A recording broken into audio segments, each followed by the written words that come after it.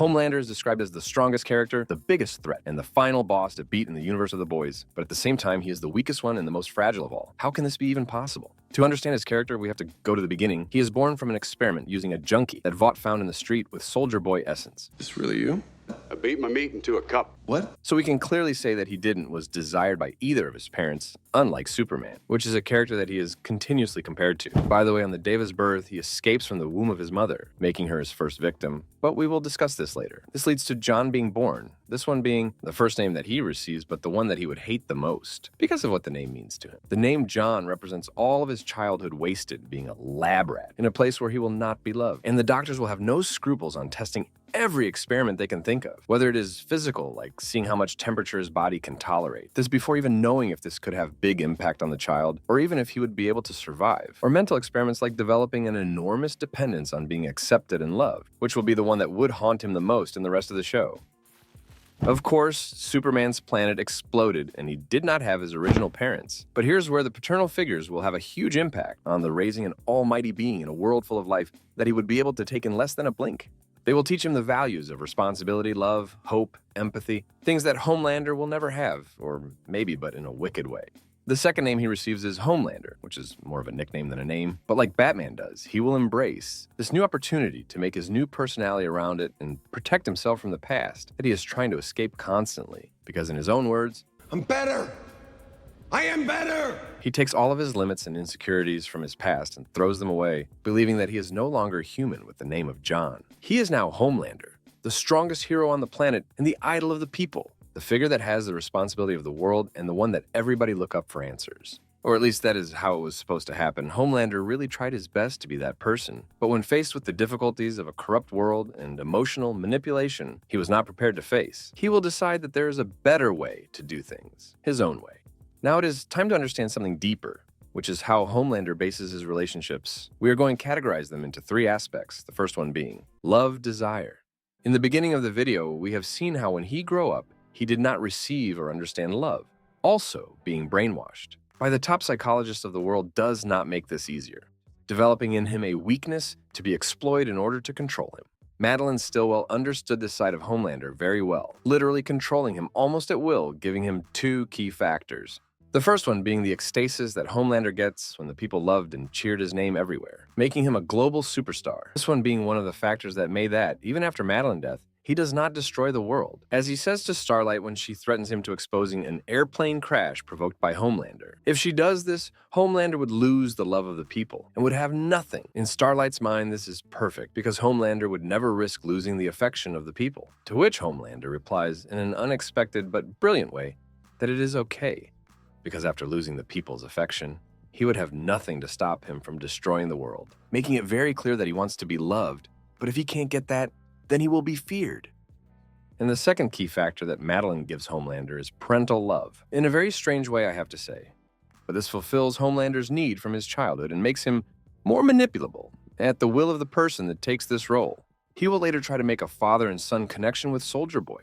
But after Soldier Boy tells him that he is a pussy and a disappointment, this kind of didn't end well. Authority. Homelander reassures his new identity by letting everyone know that he is the one in charge, whether by making corporate decisions, leading the Seven with absolute authority and fear, or simply intimidating people that he knows he can kill in less than a second. He can create pressure only with the fear of his presence, because every time he enters the room, you know that nobody is safe. You can only expect the unexpected.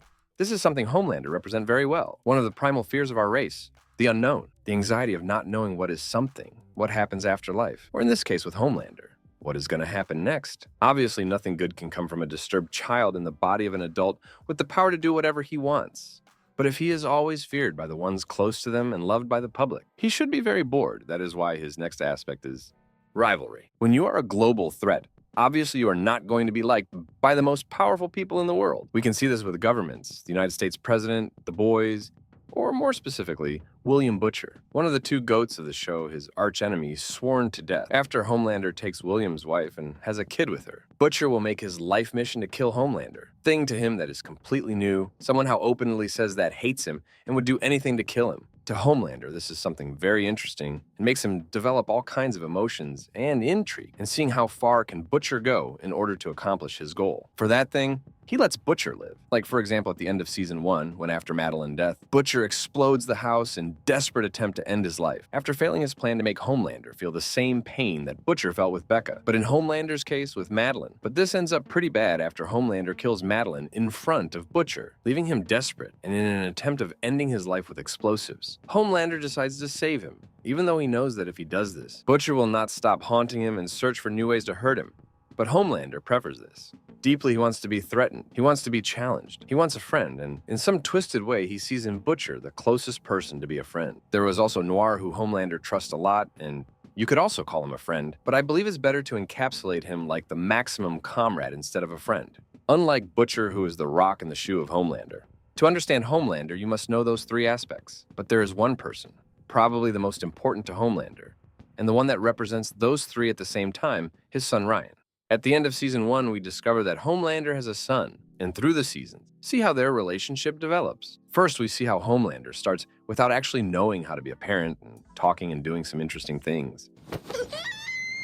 But if there is something very clear about it, is that even if at some moments their relation seems like he loves Ryan just on a whim, we can see how he actually cares for him and is the first person that he actually has an interest in how he feels, like in Season 4, when Homelander literally apologizes to Ryan for pushing him in to do or not do something, without asking him first, what does he want? Here we can see how Homelander is able to lose his almighty authority for his son, for love, because he understands that he was putting him in the same path he was on, and he does not want that for his son. Of course, he still has some details, like, for example, appearing in Ryan's first save, when this was supposed to be the first time the world saw Ryan as an individual and not as the son of Homelander. This represents how Homelander is actually not able 100% to share the spotlight. But comparing this action to others that he has done, this is nothing. This is how you built a character with the ability to change the plot at any moment, capable of end the series in 1 or 2 chapters tops, if he one day decides he has had enough, because writing characters that are perfect, that never fails and are invincible, is pretty easy and boring. Create a character that is bad because the only thing he can do is awful, and create a character like the bad one, but instead of being bad, he is just crazy, is one of the most cliche things you can do. But create a character full of defects, that some might even be contradictory sometimes, making him full of flaws and insecurities. Put him on bizarre situations that only the boys are able to create, and make a union of the 3 past types of character that I mentioned before, and still make him work, is something spectacular. I have seen comments that said that Homelander is nothing more but a lot of cliches put together, and I kinda agree with that. But I think it is not important how you were made or what you represent at the time of create a character, because nowadays with so many movies, shows, books, it's hard to innovate and create something new. I think is more important in how you develop and how does all of your characteristics makes you act in your environment. That is what makes you stand out. And that is what makes Homelander, the strongest, weakest character of the boys. Subscribe if you enjoyed watching and see you later.